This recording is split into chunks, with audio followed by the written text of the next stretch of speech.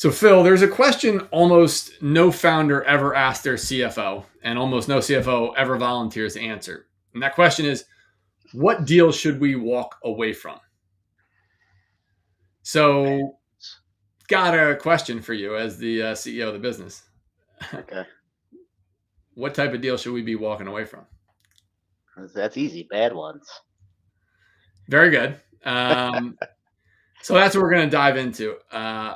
Look, this is Financial Clarity Live. I'm Josh Notes. Across the table from me is my business partner and co-host Phil Maffei, and today we're going to be talking about exactly this: investments that you, the business owner, founder, operator, should walk away from. And if you don't have one, what a CFO of proper form and function would do to make sure you do. So, Phil, I'll always give you the first take on this. Why do we think a lot of CFOs out there, especially in small business, aren't shaping this more clearly for the owners and operators about what they need to stay away from? Um, well, I don't want to speak for what they're doing, but here at Sustained CFO, we always like to measure the potential return on our investments, right? And then that's how we measure them, especially against one another. So, I think you're teaming up here for another good one when this is all about the framework and, what makes a good and a bad investment, right? There's always going to be trade-offs. But at the end of the day, if you don't have a way to measure them and especially to compare them to one another, you're going to be flying blind and chasing every shiny golden penny that you stumble across, as opposed to being able to have a systematic approach to weeding out the best possible opportunities. Very well. And I think, there's this other sense, this other feeling, since I've been on kind of both sides of the bag as both the founder, CEO of this organization and others, as well as, working with you as CFO of organizations, is I think in small business, the CFO needs to kind of keep validating their value. And if they're not doing deals, and not making big growth efforts, sometimes it could feel like for some CFOs out there that they're getting kind of squashed back into that controller or maybe even the bookkeeper role. So maybe there's this feeling of going after things because swinging big, for the fences allows them to grow. But obviously, that's not what they're hopefully doing from a standpoint of Yeah. guiding the vision of the CEO. Well, I think it's an interesting point, right? Because, for the most part, that's not what's going on all of the time, right? It certainly happens sometimes, but for most businesses, it only happens, once on the exit, right? Unless Right. Fair unless enough. you're, a PE backed and, you're the one gobbling up all of the smaller businesses, right? So maybe you'll have a little more bites at that apple. So, I think it speaks to, a good finance shop, right? Having the discipline and the monthly, cadence working properly, and then also having that, experience around these events, given that they can be rare and you could have a long and illustrious career in a high powered CFO role and never really see too many of them. Fair. All right. Um, so the gorilla in the room is that, or the elephant. Sorry, it's an elephant. There's an elephant in the room that says that the CFO is paid to say yes, especially if they're kind of one of these things that we're not. This suit. They're a big firm background. They've been doing a lot of deal flow in their prior roles, maybe not even as a CFO, but maybe a lower level analyst. And their job security kind of depended on this kind of deal junkie mindset. Um, do you buy that, or is that just fabricated? I'm sure, like anything, there's examples of those scenarios that you just laid out, right? I don't necessarily think that it is the majority, but no doubt that it exists out there for sure. All right, and then this next one, the hopium tax. That's what we're calling it. I've definitely seen this with some of our clients where we got this very excitable, almost manic CEO personality that, like, you know, he doesn't want yes men, but he demands them based on the way ideas are presented. Kind of this like hyperactive, like, hey, I just had the best idea in the world. Don't tell me I'm wrong, type energy. And I think that, you do a great job in those rooms to remain quiet until exactly the right moment where the wet blanket comes out and you throw it on top. But what should folks out there be doing? Maybe they're not an owner or an operator. Maybe they're number 2 or 3 in this organization, and they have a CEO like this, and they bring this level of vision that is so intense that it makes it very difficult to present a counterbalanced argument. It's always, and I think you're right. It takes a certain level of seasoning and having gone through the repetitions to know how to play that role. But there's a saying around here that when two people always agree, one of them's unnecessary, right? And I think it's our job to bring the objective, oftentimes, almost always, financial, numeric, mathematical argument to the table, where if you want to do this, then X, Y, and Z, right? It's a way of playing that role in a way where you're not being a Debbie Downer for the sake of it, but also making sure that everyone's holding some level of reality in their mind as they're trying to That's go right. from the 30,000-foot view, rah rah rah, to how do we actually operationalize this, and So what are our targets and what's going on there. just as much as it's not a yes because they're looking for a yes, it's not a no because they're looking for a yes. It's hey, here's what the numbers are telling us. Here's how we think we should go about framing up this decision. Ultimately, if we're talking about a CEO on the other side of the table, it's their decision. But I want you to really grasp all this information and then make a good argument with that in hand. I think the last piece here, the quiet cost, is that in small business, even more so than large business, but in large business just as well, right? There's a trade-off, an opportunity cost. Every yes is saying no to a bunch of other things. And so if it's not laser pointed towards the vision of execution, it probably should be a no just by default. Anything else on the quiet cost? Yeah, I think this is a big one. Like I was saying when we on the onset here, right? If you're chasing everything, you're going to be too tired and not have the emotional, financial resources to take advantage of the ones that you really should be going after, right? So there's certainly a level of exhaustion that could come quickly if you don't have a process. You're kind of constantly running around with, like a chicken with your head cut off. We Mm. see a lot of examples of this. All right. All right, so here's a couple different investments to think about walking away from. If it falls into one of these buckets, chances are you probably shouldn't do it. So I think these are almost like buzzwords. Yeah, about to Like, say this all just looks like a bunch of like jargon, like the Charlie Brown wah wah wah wah wah right. type of stuff. So, all right, pick your least favorite buzzword and tell me why you've heard it on a deal you should walk away from.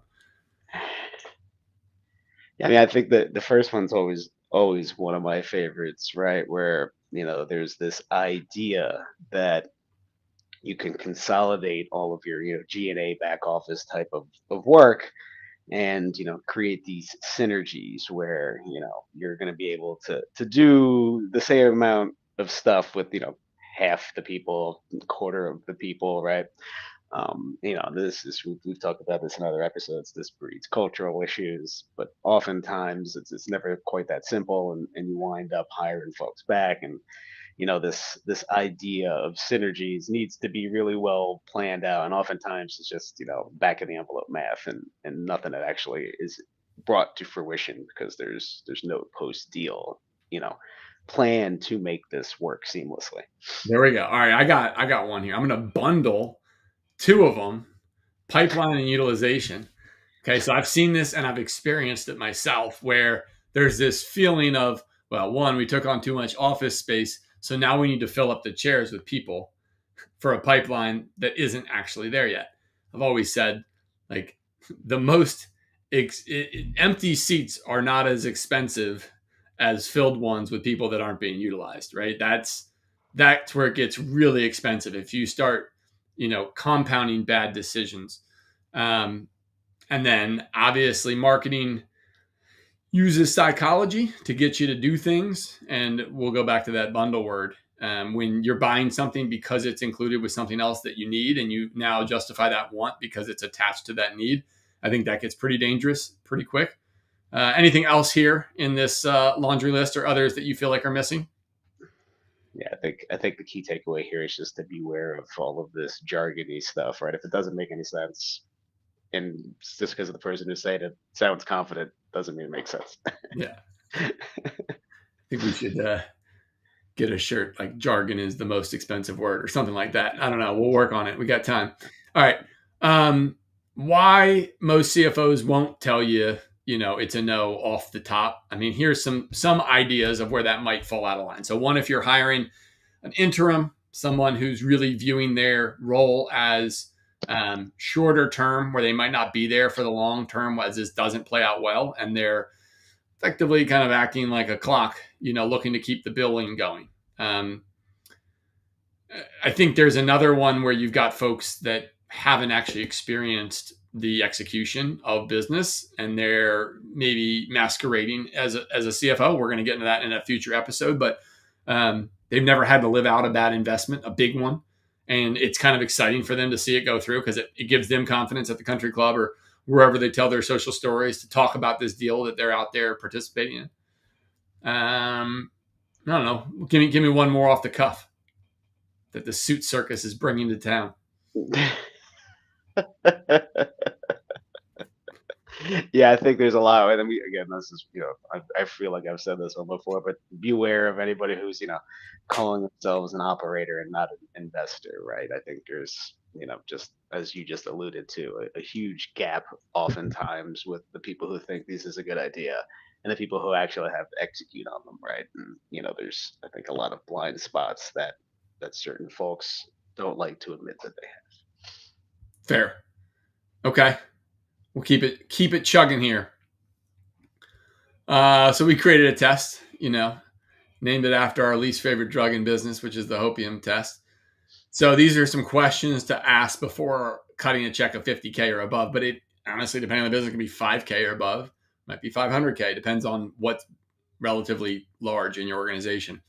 But I think you've done this really well with your favorite old school software, aka Excel, which is put the numbers down, right? In this case, they're talking about narrative, right? What has to be true in 18 months, write it down, sign your name. Like, I think putting some numbers to it has even more weight because the numbers are going to change. But if the formulaic model, alters in a way that, it's like indistinguishable from what it was, if you can't live with it, and probably it should be like write it down, sign your name, then wake up the next day, see if you can still do it, then wake up a week later, same thing. Obviously, that takes a whole week to make a big decision, but probably not as expensive as making really bad decisions. I guess the other thing is like looking at this as a opportunity cost. Like if we didn't spend it on this, what would we spend it on? What is next up? And then really having a debate around that. Do you think that's a useful exercise? You ever do that with clients? Yeah, I mean, all the time, right? There's only, resources are limited, right? If there's all the cash in the world, we would just go about doing everything. But that's the beautiful thing about having a framework from within which to work, right? You kind of think about it as a balloon. If you squeeze it on one side, it's just going to inflate somewhere else. So, if you're not thinking about all of the different implications of any one given decision, you're setting yourself up for a fall.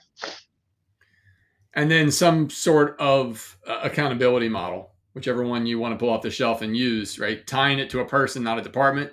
So you can't get one of these when it doesn't work out. And then tying comp to the success. I think if you do that, and especially if it's a really valuable member of your team, you're way less likely to, kind of saddle in with this albatross. And if the answer's fuzzy, then the investment's fuzzy. We like to say numbers don't lie, but the story might if the numbers aren't being driven by the CFO. This is a test, implement it or run the risk. Keep it moving, my man. So what's the walk away discipline? What's all right, here's one. Like, what's the best thing you've ever walked away from, Phil? That's probably not an appropriate conversation to have Okay. on Financial Clarity Live. All right. What about in business? In the business world, like the best thing, best because it was the hardest thing. It had the most grip pulling you in, but you were like, no, I can't. It's just not right. in business? As always live shows. I can't think of anything. You can't name anybody, right? Okay. I can't name names, and I can't really think of anything at the moment. You have to give me a second on that one, pal. All right, I got one. So there was like a family member, I'm going to say, that he wasn't related to me, not the same last name. And he had this like inventory, and I didn't know the source of it. And he was like, dude, we could resell this stuff on eBay for like $500,000 and split it.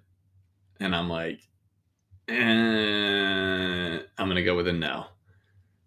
And I never asked where it came from, but I'm pretty sure it didn't originate with him buying it. So that was probably the best walkaway discipline I got. All right. Best CFOs say no a lot. How do you do this in the room without, I guess, putting your head in the chopping block? Something I guess that could be unavoidable given the interpersonal dynamics that exist, right? That's maybe sometimes just how the cookie crumbles. But the reality is, if you're basing your conversation and basing your perspective and grounded data, right? I think you're doing your job in this particular role, and that is to be the one to bring that level of rationality and that perspective to any given decision. All right. So this next one, like maybe I don't know, like does this become remember when I told you so, but like the pass file, like do you actually keep a record of it, revisit with the clients annually, and then look at the pattern and create a strategy around that? Is that something you've ever done? I mean, maybe not in that sort of way, right? I don't think we're necessarily sitting around trying to play the I told you so game, Right. right? I think there's going to be a lot of decisions you do and do not pull the trigger on, and maybe you want to have them back, right? I think that's just the nature of the way things shake themselves out. You're never going to bat 1,000, but you'll have a higher percentage if you're doing things in a way where you're not shooting yourself in the foot, right, and going all in on too big a bet and getting out over your skis. And we've seen this time and again, right, where things don't work out exactly as planned, and now you gotta go back to the drawing board and lick your wounds, and you're doing it with a little less cash in the bank and a little bit higher of an AP balance. And if you had not gone all in on any one thing in particular, played a little bit better defense, you wouldn't have to you know have to be back against the wall, so to speak. We've seen this one more than Yeah. once. And I think we don't consider entrepreneurs gamblers, but there's definitely a through line between the psychology that it takes to go out there and start something that doesn't exist and the thing that it takes to bet on somebody else doing something, right? And look, gambling, I'm not going to get into that on this show, but it is definitely it is all encompassing, especially around sports. And you run into a lot of guys who talk about either one of two things: one, the bet that they were right on and they want to say that in public, or two, the bet that they should have done because they would have been right on. And I think there's like this middle ground that nobody talks about, at least not publicly. I don't hear that many people talk about, of like, yeah, actually I didn't take any bets, but like here's how I bet on myself, played the middle road, and stacked small wins to get into this position. Those are the type of people I'd like to be business partners, or at least have them as clients. Um, but it's no fun to get invited to a no party. If you're invited to one of those, dude, we're celebrating. I said no, so this is the no party. Crack the champagne. I don't know. I guess it disciplines so quietly. It's not really a party. It's just kind of like something that should be remembered. Mm, Maybe I it's think just there's something to that. all right. Um, so what does it actually look like when the operator and the CFO are in the room together? I'm going to let you take hold of this one and kind of drive us through this. What are you doing pre-deal, during the deal, and post-deal?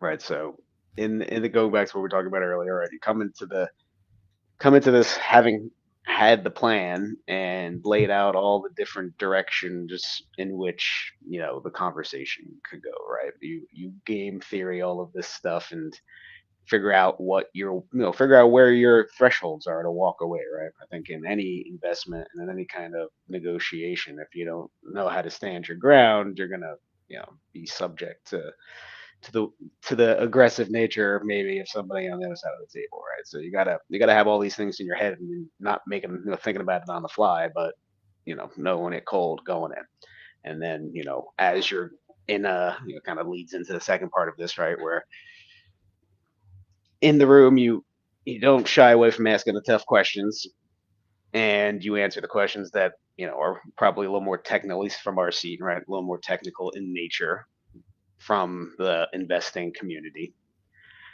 And then on once you walk out of the room, right, there's work to be done, and if things do wind up going through a post-mortem, you're never going to be 100% accurate, but if this is going to be something you'll be doing over and over again, anytime that you're in that scenario, doing a post-mortem and figuring out how to make things tighter the next time around is always a good exercise.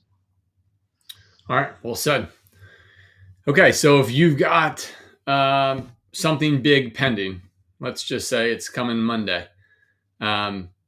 Here's the idea: if you have something to compare it to, of how you'd be, making these or if we're talking actual finance, there's things like IRR that you can use to compare, or different other financial metrics. But you got to put this into words first, and then numbers. Like, what had to be true for this to be successful, right? Well, if you didn't spend the money on that, what would you spend it on?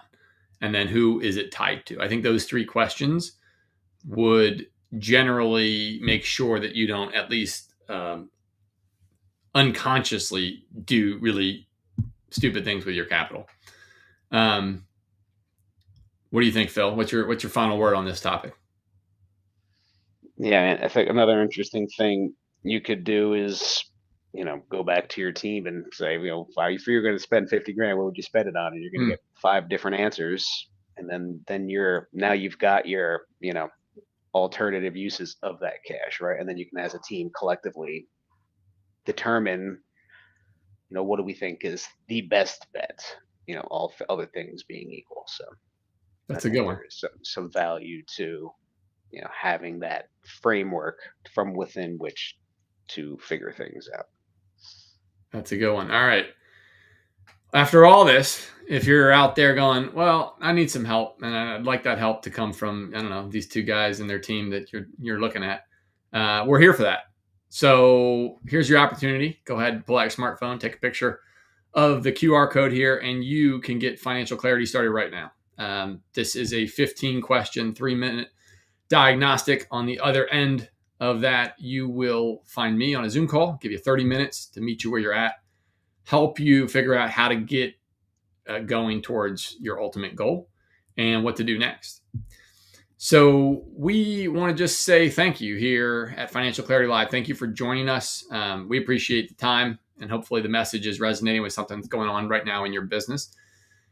If you like this and you'd like to hear more, join our newsletter, Finance in Focus, for weekly financial tips, updates, and Q&A from this episode. And then we look forward to seeing you next week, 3 p.m. Eastern, for our next episode, where we're going to help you